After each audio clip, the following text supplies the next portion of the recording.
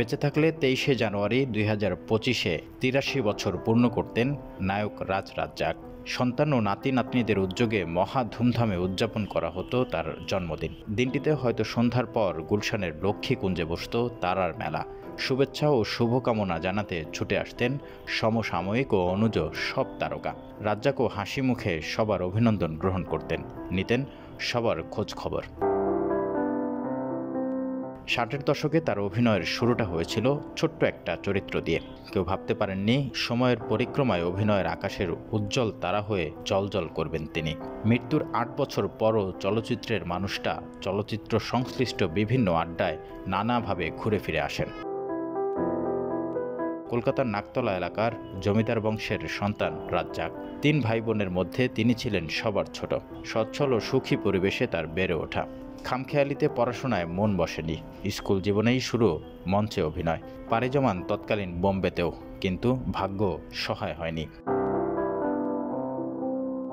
1962 সালের কোনো একদিন কলকাতার বাঁশদ্রোণী এলাকায় দেখা খায়রুন্নেসার সঙ্গে, যিনি রাজ্জাকের জীবনে লক্ষ্মী হয়ে এসেছিলেন। একদিন তাকে করলেন বিয়ে। তখন সবে 20-এর যুবক রাজ্জাক। বছর পার না হতেই জন্ম হয় পুত্র সন্তানের। এর 1 বছর পর কলকাতায় বাধে দাঙ্গা। সে ঘটনা কালো অধ্যায় হলেও রাজ্জাকের জীবনে এই দাঙ্গাই যেন নতুন রাস্তা খুলে দিয়েছিল। দাঙ্গার কারণে পশ্চিমবঙ্গ, বিহার, আসাম, ত্রিপুরা থেকে দলে দলে মুসলমানেরা পাড়ি দেয় তখনকার পূর্ব পাকিস্তানে। রাজ্জাক ও স্ত্রী লক্ষ্মী ও শিশুপুত্র বাপ্পাকে নিয়ে দাঙ্গার সময় ঢাকায় আসেন। 1964 সালের 26 এপ্রিল রাজ্জাক ঢাকায় পৌঁছান। স্ত্রী ও পুত্রকে নিয়ে ওঠেন 80 টাকার মাসিক ভাড়ায় কমলাপুরের একটি বাসায়। রাজ্জাকের জীবনটাই ছিল সিনেমার গল্পের মতো। তিনি বলতেন, আমার জীবনটাই একটা সিনেমা। নানা সময়ের সাক্ষাৎকারে রাজ্জাক জানিয়েছিলেন, একটা সময় ফার্মগেট এলাকায় থিতু হয়েছিলেন 2 সন্তান আর স্ত্রী লক্ষ্মীকে নিয়ে। তখন জীবিকা নির্বাহের জন্য টিভি নাটকে অভিনয় করতেন। অভিনয় করে সপ্তাহে পেতেন 60 থেকে 50 টাকা, মাসের খরচ 600 টাকা।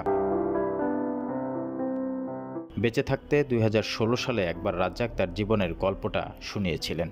বলেছিলেন, সবার ভালোবাসা পেয়ে আজ আমি পরিপূর্ণ। স্ত্রী সন্তান নিয়ে অনেক সময় অর্ধাহারে দিন কেটেছিল আমার। সপ্তাহে 65 টাকা পেতাম টেলিভিশনে একটি অনুষ্ঠান করে। সেই 65 টাকা দিয়ে আমার সংসার চলেছে। একটা সময় পর আমি বেহুলার নায়ক হলাম। 500 টাকা সাইনিং মানি নিয়ে খুশিতে বাড়ি এলাম। তারপরের কাহিনীটা অনেকেরই জানা।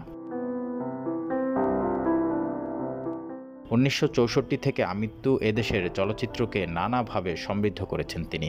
সামাজিক ছবির সর্বজনপ্রিয় অভিনেতা যেমন ছিলেন, তেমনি ব্যক্তিগত জীবনেও অনুপ্রেরণা ও আদর্শবান একজন মানুষও ছিলেন।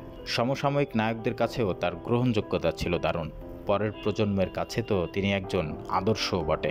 চলচ্চিত্র সংশ্লিষ্টদের মতে বাংলাদেশ ও বাংলাদেশি চলচ্চিত্র যতদিন থাকবে, রাজ্জাকের নাম উজ্জ্বল নক্ষত্র হয়েই ততদিন থাকবে।